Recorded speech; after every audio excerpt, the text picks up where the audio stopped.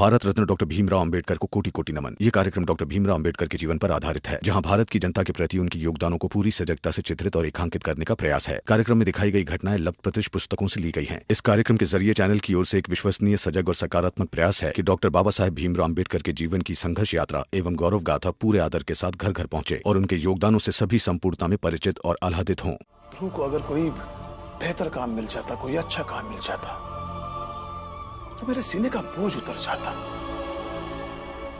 तो इस लिहाज से देखो तो अच्छा ही हुआ ना, ध्रुव जा रहा है।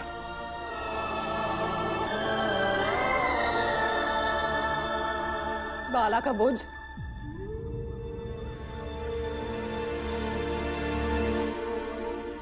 भीमा भाई, मैंने कभी नहीं चाहा कि मेरे बच्चे भी वही काम करें जो हमारे समाज के लोग करते आए, हमारे बिरादरी के लोग करते आए। ये जूते सिलना, बाजा बजाना, मैं हमेशा चाहता था कि मेरे बच्चे पढ़े लिखे पर ये काम ना करें।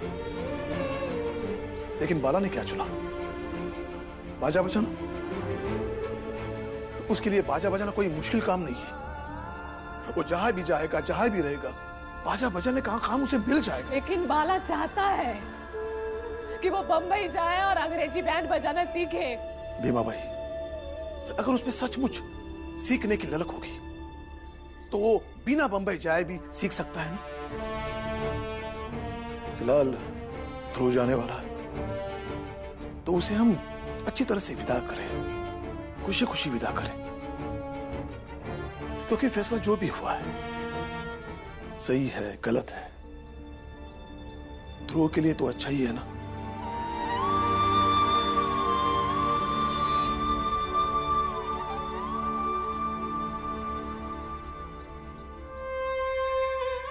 जा बेटा, खुश रह, मन लगा के काम करना।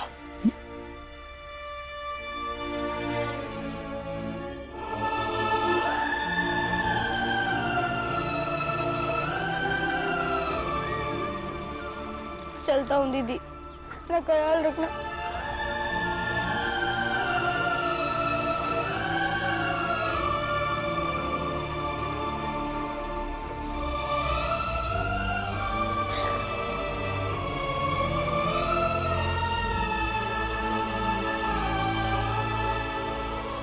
देख रहे हैं साहब, कैसे मेरे बेटे को इन सब ने अपने चुंगल में फंसा रखा है। मेरे बेटे को ही मेरे खिलाफ खड़ा कर दिया। साहब, इसलिए आपसे विनती, कुछ भी हो जाए इसे आने मत दीजिएगा।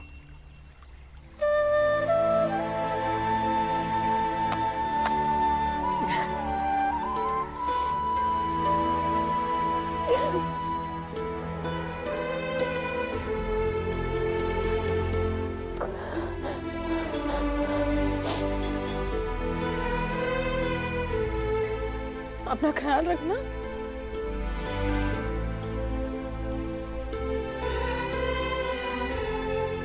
जा रहा हूँ दोस्त, तू अपना ख्याल रखना। तुम भी जरूर।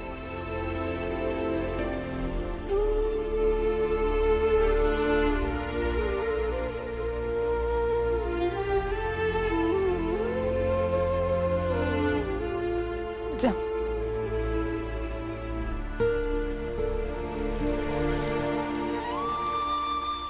आप लोग बाला भैया से कहिएगा कि मुझे माफ कर दे।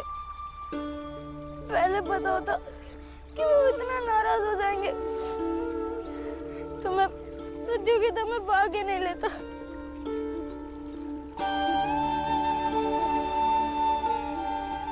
चले ध्रुव।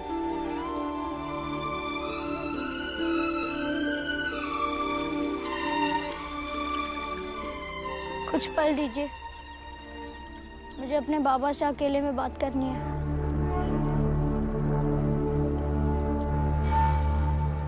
मैं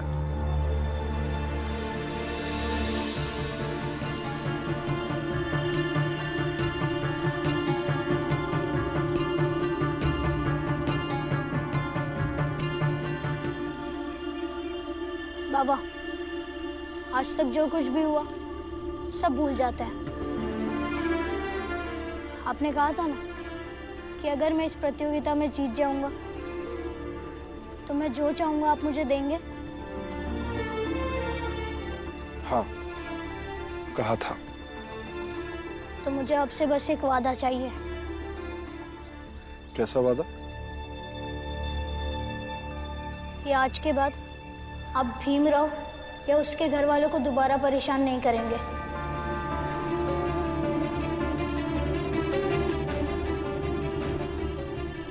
मुझसे वादा करिए बाबा कि आप उन्हें परेशान नहीं करेंगे। मैं आप पे हाथ जोड़ता हूँ, और अगर मेरा श्राद्ध करने के बाद भी आप मुझसे थोड़ा सा भी प्यार करते हैं तो आप उन्हें परेशान नहीं करेंगे।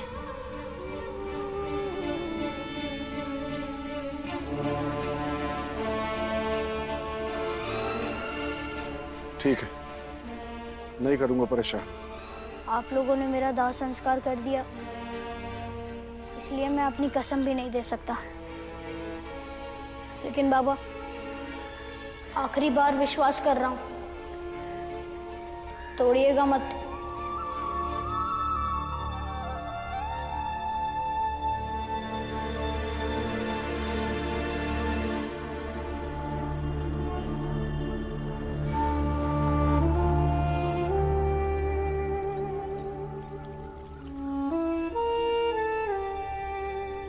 चलिए।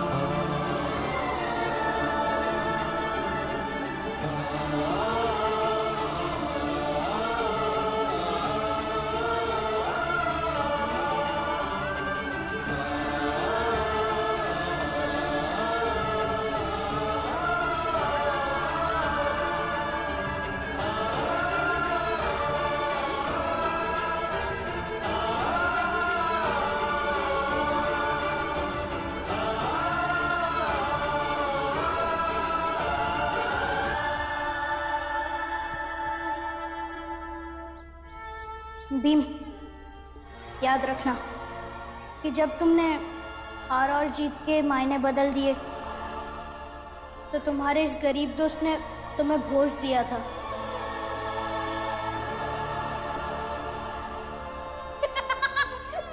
अरे भीम, ये तो जादू हो गया। मेरा गुस्सा गायब हो गया है।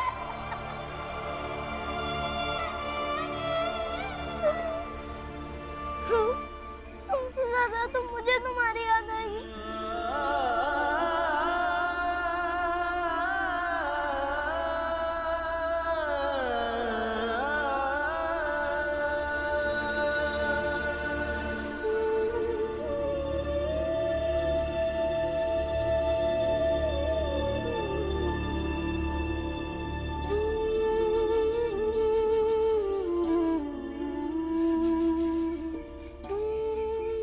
बाबा, ऐसा क्यों है?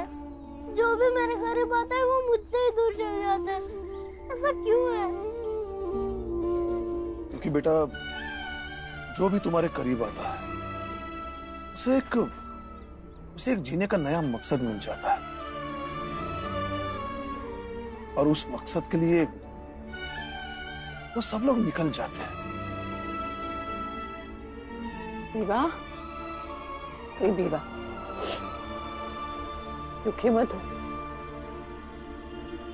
ये सोच कि तेरे संपर्क में आने वाले हर किसी का दुख दूर हो जाता है। हाँ, ऐसा मत सोच बेटा, रो मत। नहीं,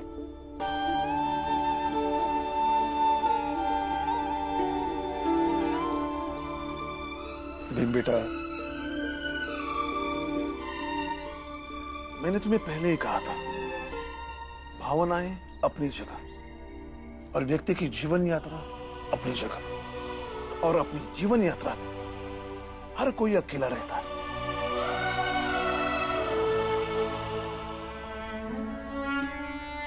राम जी सकपाल, बाहर आओ भाई। मेरा बेटा तुम लोगों से आजाद हो गया, इसी खुशी में लड्डू बांट रहा हूं। बाहर आओ, लड्डू खा लो। आओ आओ।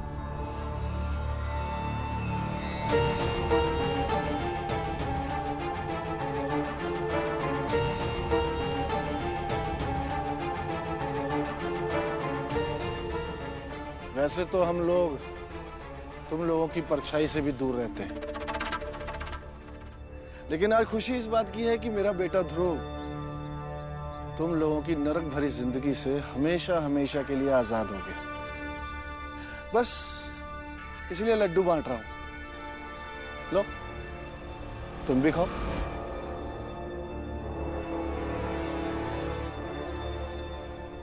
क्या हुआ?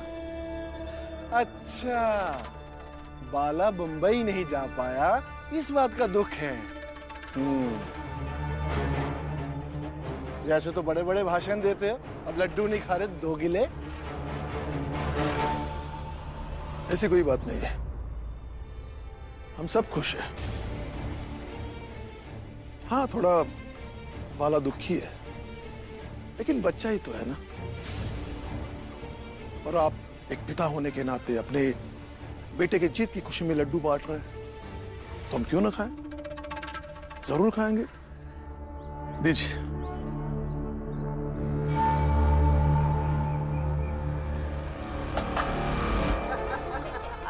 लो, उठाओ।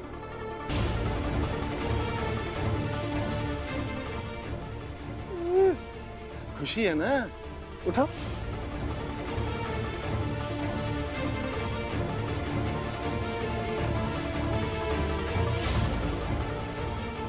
आज बढ़िया, सबको सबको।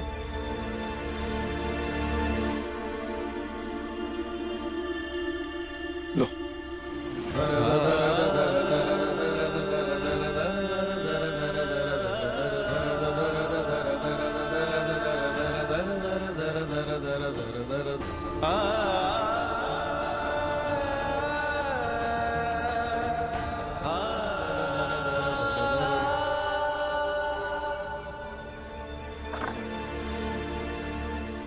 बताइए वो सेठ जी, हम सब खुश हैं। तो फिर खाओ, खाओ खाओ, लेकिन ध्रुव की जीत पे नहीं, अपनी जात की हार पे खाओ। खाओ खाओ। मतलब मतलब ये पिद्दी कि तेरा बड़ा भाई बाला ध्रुव से लाख गुना अच्छा बाजा बजाता है, और ये बात हम ही नहीं, अंग्रेज अफसर भी जानते थे।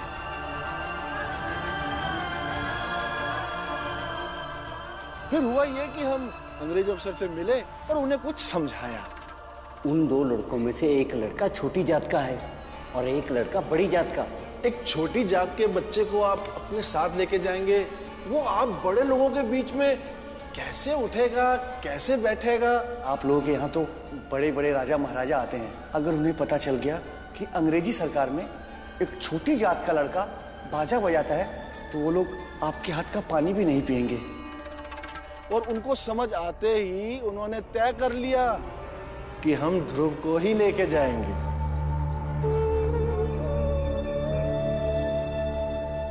सुन लो बाबा, आप कह रहे थे कि हुनर की जीत का सम्मान करो। यहाँ कोई हुनर की जीत नहीं हुई है, जाति की जीत हुई है। बिल्कुल बाला, तू एकदम सही कह रहा है। और आगे भी यही होगा। अरे सपने देखने के लिए हैसियत होनी चाहिए, और तुम लोगों की हैसियत यही गली गली घूम घूम कर झिनझिन झिनझिन बाजा बजाने की है, समझा? अगर समझ ना आए तो बाप बेटा, आई बुआ, बैठकर मनन चिंतन करो, तब समझ आ जाएगा।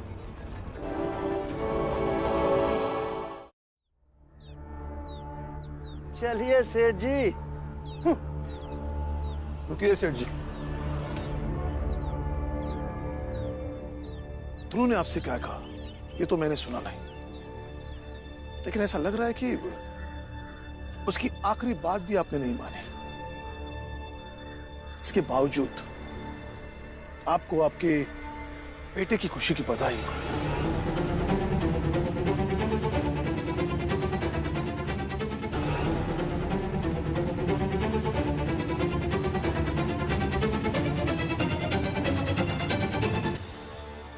सब तेरे कारण हुआ है भी। ना तो उससे दोस्ती करता, ना वो हमारी जात में आता, ना वो हमारी जात को हरा कर आगे बढ़ जाता। ऐसा नहीं है बाला भैया, इसमें उसकी कोई गलती नहीं है। जो कुछ भी किया सेठ जी ने किया है, और वो तो जाते वक्त भी आपसे माफी मांगने की बातें कर रहा था। और बाला, तुम कोई पहले व्यक्ति नहीं हो जिसके साथ सब ये हुआ है। दुनियादारी छोड़ो, तुम्हारे अपने बाबा के साथ भी जात के नाम पर अंग्रेजी सेना से जबरदस्ती रिटायर किया गया था। क्या जिंदगी भर बस यही बाजा बजाता रहूंगा? अंग्रेजी बैंड में बाजा बजाने का सपना छोड़ दूं? अरे ऐसा है क्या अंग्रेजी बैंड में जो इतना बावला हुए जा रहा है तू? तुझे बाजा ही बजाना है ना, तो यहाँ बजा वहाँ बजा, क्या फर्क पड़ने वाला? फर्क पड़ता है आई। यहाँ पे बाजा बजाओ तो कोई ढंग से बात तक नहीं करता है हमसे।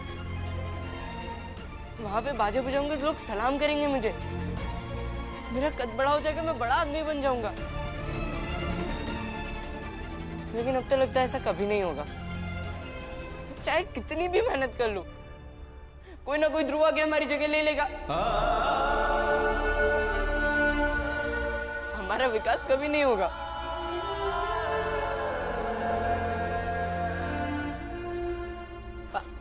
होगा।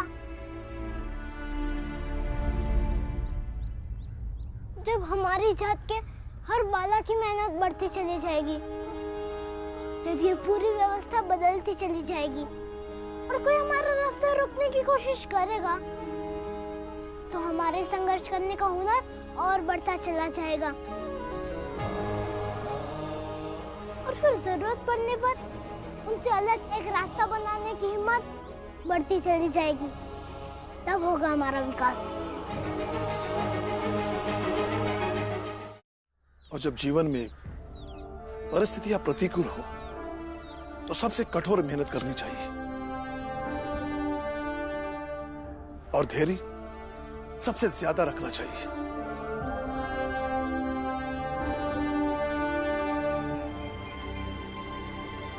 बाला बेटा, गुस्सा छोड़ दो और अपने भविष्य के लिए और ज्यादा मेहनत करो। बाला, भैया सही कह रहे हैं। बेटा मेहनत कर, थोड़ी और मेहनत कर। क्या मेहनत करूं? कितनी मेहनत करूं? की थी ना मैंने मेहनत।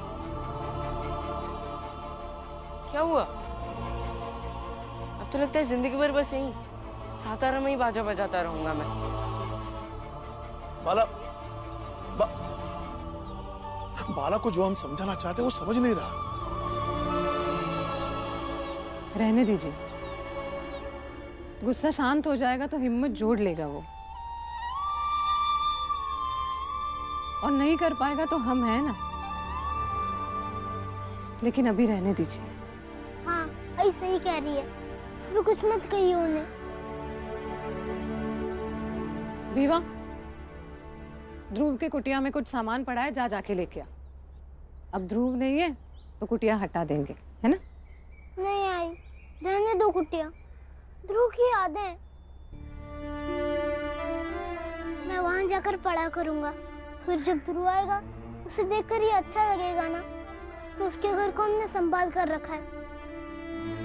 अच्छा ठीक है। मंजुला यहाँ।